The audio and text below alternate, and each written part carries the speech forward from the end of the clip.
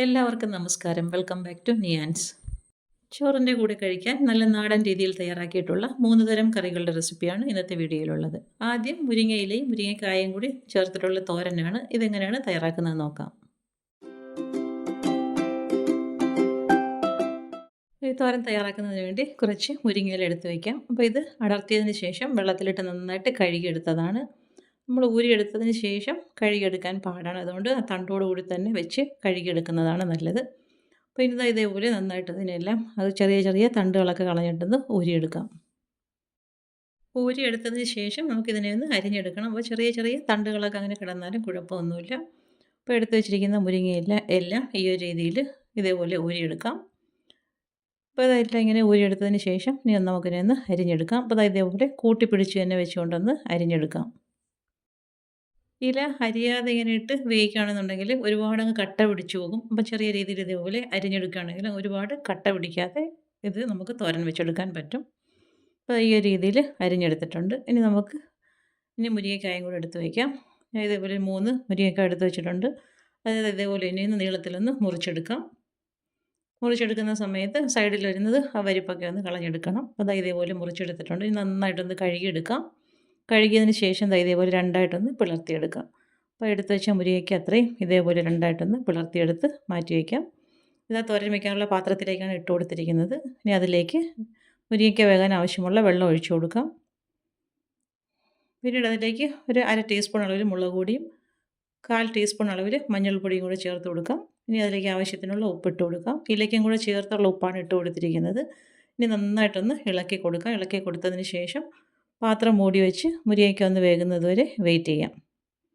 അത് വേകാൻ വെച്ചതിന് ശേഷം നമുക്ക് അരപ്പ് തയ്യാറാക്കാം. അതിന് വേണ്ടി മിക്സിയുടെ ജാറിലേക്ക് തേങ്ങ ചിരകിയത് ചേർത്ത് കൊടുക്കാം.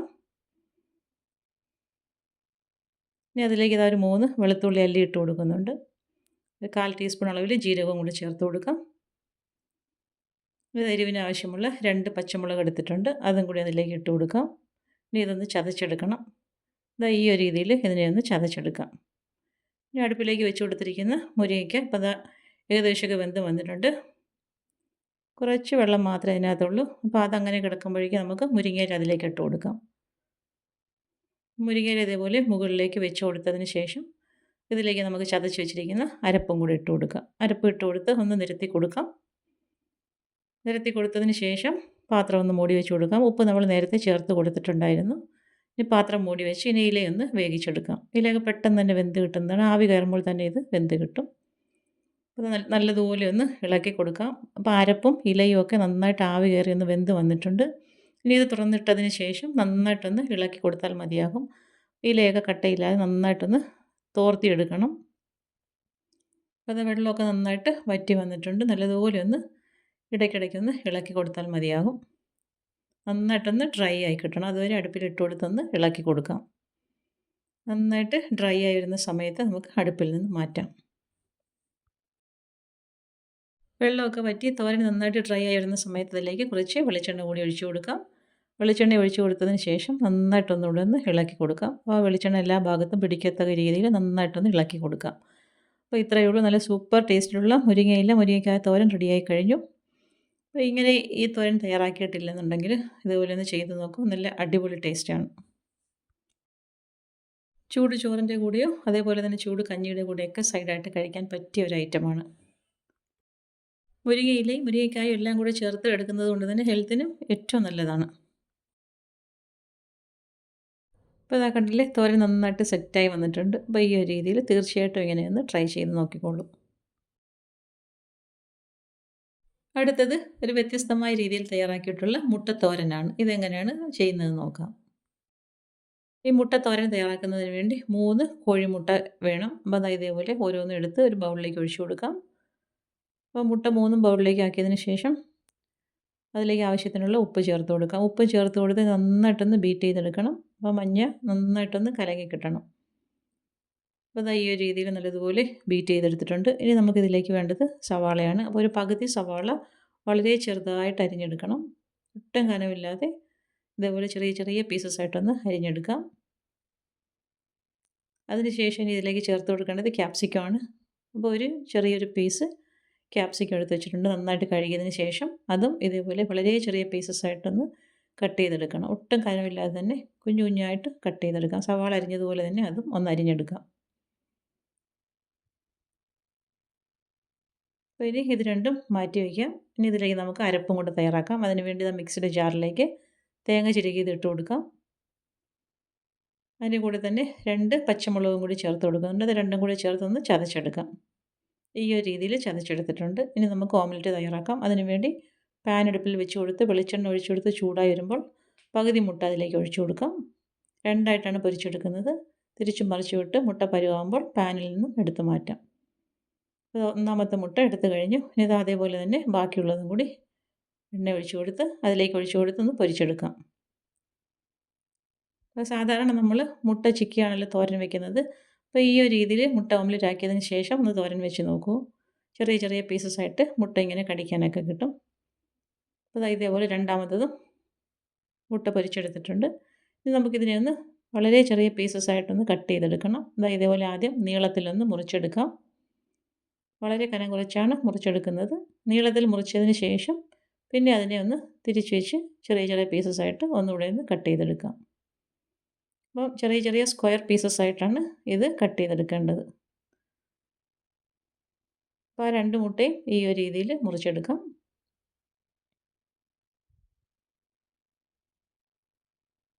അപ്പോൾ മുട്ട രണ്ടും ഞാൻ ഇതേപോലെ ഒന്ന് മുറിച്ചെടുത്തിട്ടുണ്ട്. ഇനി അത് മാറ്റി വയ്ക്കാം. ഇനി നമുക്ക് തോരൻ തയ്യാറാക്കാം. അതിനുവേണ്ടി പാൻ അടുപ്പിൽ വെച്ച് കൊടുത്തിട്ടുണ്ട്. അതിലേക്ക് വെളിച്ചെണ്ണ ഒഴിച്ച് കൊടുത്ത് ചൂടായി വരുമ്പോൾ കുറച്ച് ഒരു 3-4 വറ്റൽമുളക് ഇട്ട് കൊടുക്കാം. എരിവിന് വേണ്ടിയാണ് വറ്റൽമുളകാണ് ഇതിലേക്ക് എരിവിന് വേണ്ടി ഇട്ട് കൊടുക്കുന്നത്. മുളക് ഇട്ട് കൊടുത്തൊന്ന് മൂപ്പിച്ചെടുക്കാം. അത് മൂത്ത് വരുന്ന സമയത്ത് സവാള ഇതിലേക്ക് ചേർത്ത് കൊടുക്കാം. അപ്പോൾ മുളക് നന്നായിട്ട് മൂത്ത് വന്നിട്ടുണ്ട്. നമുക്ക് ഇനി അരിഞ്ഞ് വെച്ചിരിക്കുന്ന സവാള ഇതിലേക്ക് ഇട്ട് കൊടുക്കാം. സവാള ഇട്ട് കൊടുത്തതിന് ശേഷം നന്നായിട്ടൊന്ന് വഴറ്റി കൊടുക്കാം. സവാള നന്നായിട്ടൊന്ന് വഴണ്ട് വരണം. ആ സമയത്ത് നമുക്ക് അരിഞ്ഞ് വെച്ചിരിക്കുന്ന ക്യാപ്സിക്കം അതിലേക്ക് ഇട്ട് കൊടുക്കാം. അപ്പോൾ സവാള നന്നായിട്ട് വാടി വന്നിട്ടുണ്ട്. ഈ സമയത്ത് ഇതിലേക്ക് തോരന് ആവശ്യമുള്ള ഉപ്പും കൂടെ ചേർത്ത് കൊടുക്കാം. ഉപ്പും ചേർത്ത് കൊടുത്ത് നന്നായിട്ടൊന്ന് മിക്സ് ചെയ്ത് കൊടുക്കാം. അതിന് ശേഷം നമുക്ക് അരിഞ്ഞ് വെച്ചിരിക്കുന്ന ക്യാപ്സിക്കം ഇതിലേക്ക് ചേർത്ത് കൊടുക്കാം. ക്യാപ്സിക്കം ഇട്ട് കൊടുത്തതിന് ശേഷം വീണ്ടും നന്നായിട്ടൊന്ന് വഴറ്റി കൊടുക്കാം. അത് ഇതേപോലെ നന്നായിട്ടൊന്ന് വഴറ്റി കൊടുത്തതിന് ശേഷം ഒരുപാടങ്ങ് വെന്ത് പോകണ്ട, ചെറിയ ചെറിയ കരിയാരിപ്പായിട്ട് തന്നെ കിടന്നോട്ടെ. ഇതേപോലെ നന്നായിട്ട് വഴറ്റി കൊടുത്തതിന് ശേഷം നമ്മൾ തയ്യാറാക്കി വെച്ചിരിക്കുന്ന അരപ്പില്ലേ അത് ഇതിലേക്ക് ഇട്ട് കൊടുക്കാം. അപ്പോൾ അരപ്പ് ഇട്ട് കൊടുത്തതിന് ശേഷം നന്നായിട്ടൊന്ന് അരപ്പിനെ ഒന്ന് ചൂടാക്കി എടുക്കണം. അപ്പോൾ അതിൻ്റെ പച്ച ചവയൊക്കെ ഒന്ന് മാറണം. ആ രീതിയിൽ നന്നായിട്ട് അതും കൂടി ഇട്ട് കൊടുത്തൊന്ന് വഴറ്റി കൊടുക്കാം. ഏറ്റവും ലാസ്റ്റിലാണ് നമ്മൾ മുട്ട ചേർത്ത് കൊടുക്കുന്നത്. അപ്പോൾ അരപ്പ് നന്നായിട്ടൊന്ന് വെന്ത് കിട്ടണം. അതിൻ്റെ പച്ച ചവയൊക്കെ ഒന്ന് മാറി കിട്ടണം. അതിന് വേണ്ടി നന്നായിട്ട് ഇതും കൂടി ഇതിലേക്ക് ഇട്ട് കൊടുത്താൽ ഒന്ന് വഴറ്റി കൊടുക്കാം. അപ്പോൾ അരപ്പിൻ്റെ പച്ച ചവയൊക്കെ മാറി വരുന്ന സമയത്ത് നമ്മൾ കട്ട് ചെയ്ത് വെച്ചിരിക്കുന്ന മുട്ട ഇതിലേക്ക് ചേർത്ത് കൊടുക്കാം. അപ്പോൾ ഇത് അരപ്പ് നന്നായിട്ട് സെറ്റായി വന്നിട്ടുണ്ട്. ഈ സമയത്ത് മുട്ട ഇതിലേക്ക് ഇട്ട് കൊടുക്കാം. മുട്ട ഇട്ട് കൊടുത്തതിന് ശേഷം എല്ലാം കൂടി നന്നായിട്ടൊന്ന് ഇളക്കി കൊടുക്കണം. ഇതേപോലെ നന്നായിട്ട് എല്ലാം കൂടി ഒന്ന് ഇളക്കി കൊടുക്കാം. ഇളക്കി കൊടുത്തതിന് ശേഷം ഫ്ലെയിം നല്ലതുപോലെ ഒന്ന് സിമ്മിലാക്കി കൊടുത്തിട്ട് മുട്ട എല്ലാം കൂടി ഒന്ന് ഒതുക്കി വെച്ച് കൊടുക്കാം. ഒന്ന് ജസ്റ്റ് ഒന്ന് ആവി കയറി വരണം. അതിന് വേണ്ടി ഒന്ന് ഒതുക്കി വെച്ച് കൊടുക്കാം.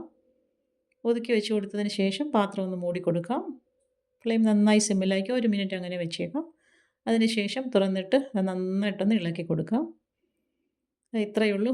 നമ്മുടെ കിടിലൻ ടേസ്റ്റിലുള്ള മുട്ട ഓംലെറ്റ് തോരൻ തയ്യാറായി കഴിഞ്ഞു. അപ്പോൾ ഈ ഒരു രീതിയിൽ വെറൈറ്റി ആയിട്ട് മുട്ടത്തോരനൊന്ന് തയ്യാറാക്കി നോക്കൂ. ഇതാ കണ്ടില്ലേ, നന്നായിട്ട് സെറ്റായി വന്നിട്ടുണ്ട്. അപ്പോൾ എപ്പോഴും ചെയ്യുന്ന തോരനിൽ നിന്ന് വ്യത്യസ്തമായി ഈ ഒരു രീതിയിൽ ഇങ്ങനെ തയ്യാറാക്കി നോക്കൂ.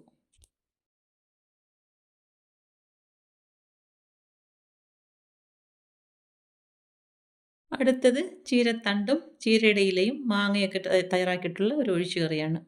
ഈ കറി തയ്യാറാക്കുന്നതിന് വേണ്ടി കുറച്ച് ചീരത്തണ്ട് എടുത്തിട്ടുണ്ട്. അപ്പോൾ ചീരത്തണ്ട് എടുക്കുമ്പോൾ എപ്പോഴും അധികം മുറ്റാത്തത് നോക്കി എടുക്കണം. അപ്പോൾ ഈ ഒരു നീളത്തിൽ ഇതിനെ ഒന്ന് മുറിച്ചെടുക്കാം. അതിനുശേഷം അതിലേക്ക് കുറച്ച് ചീരയുടെ ഇലയും കൂടെ ചേർത്ത് കൊടുക്കാം. അപ്പോൾ ഈ ഇലയും എടുത്തിട്ട് വളരെ ചെറിയ പീസസ് ആയിട്ട് അതിൻ്റെ കൂടെ തന്നെ നമുക്കൊന്ന് കട്ട് ചെയ്ത് മാറ്റി വയ്ക്കാം. ഇനി നന്നായിട്ട് ഇതിനെ കഴുകിയതിന് ശേഷം ചട്ടിയിലേക്ക് ഇട്ട് കൊടുക്കാം. ചട്ടിയിലേക്ക് ഇട്ട് കൊടുത്തതിന് ശേഷം വേകാൻ ആവശ്യമുള്ള വെള്ളം ഒഴിച്ചു കൊടുത്ത് വേവിച്ചെടുക്കണം. അപ്പോൾ അത് നന്നായിട്ട് കഴുകി വൃത്തിയാക്കി ചട്ടിയിലേക്ക് ഇട്ട് കൊടുത്തിട്ടുണ്ട്. ഇനി അതിലേക്ക് വെള്ളം ഒഴിച്ച് കൊടുക്കാം. വേകാൻ ആവശ്യമുള്ള വെള്ളം ഒഴിച്ച് കൊടുത്തതിന് ശേഷം ആവശ്യത്തിനുള്ള ഉപ്പ് ചേർത്ത് കൊടുക്കാം. ഇനി അതിന് ശേഷം അതിലേക്ക് ഒരു 1/2 ടീസ്പൂൺ മുളക് പൊടി ചേർത്ത് കൊടുക്കാം.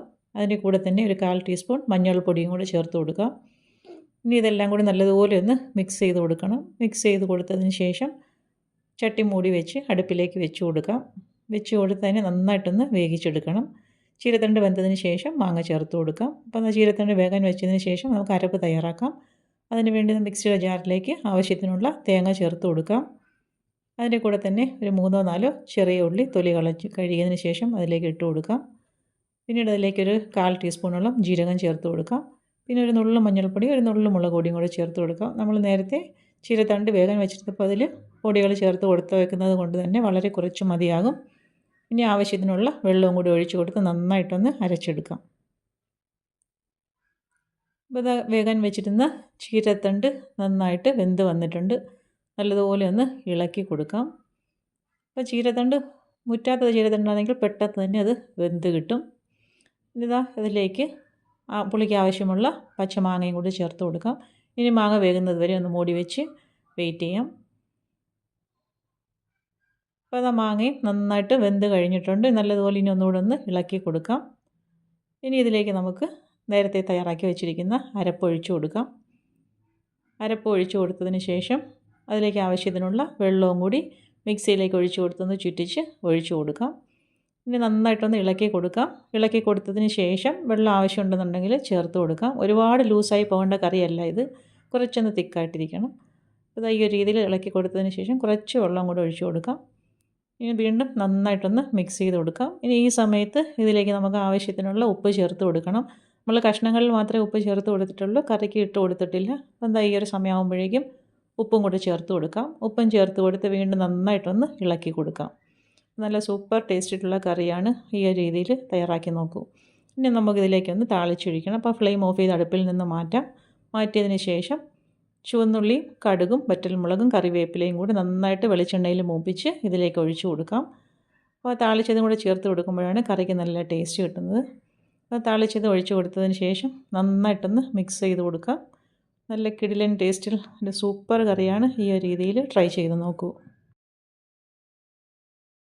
അപ്പോൾ ഇന്നത്തെ വീഡിയോ ഇത്രയേ ഉള്ളൂ. ഇഷ്ടമായാൽ ലൈക്ക് ചെയ്ത് സബ്സ്ക്രൈബ് ചെയ്ത് സപ്പോർട്ട് ചെയ്തേക്കൂ. എന്തെങ്കിലുമൊക്കെ അഭിപ്രായങ്ങളുണ്ടെങ്കിൽ കമൻറ്റ് ചെയ്യൂ. വീണ്ടും അടുത്ത വീഡിയോയിൽ കാണുന്നത് വരെ ബൈ ഫ്രം നിയാൻസ്. Thanks for watching.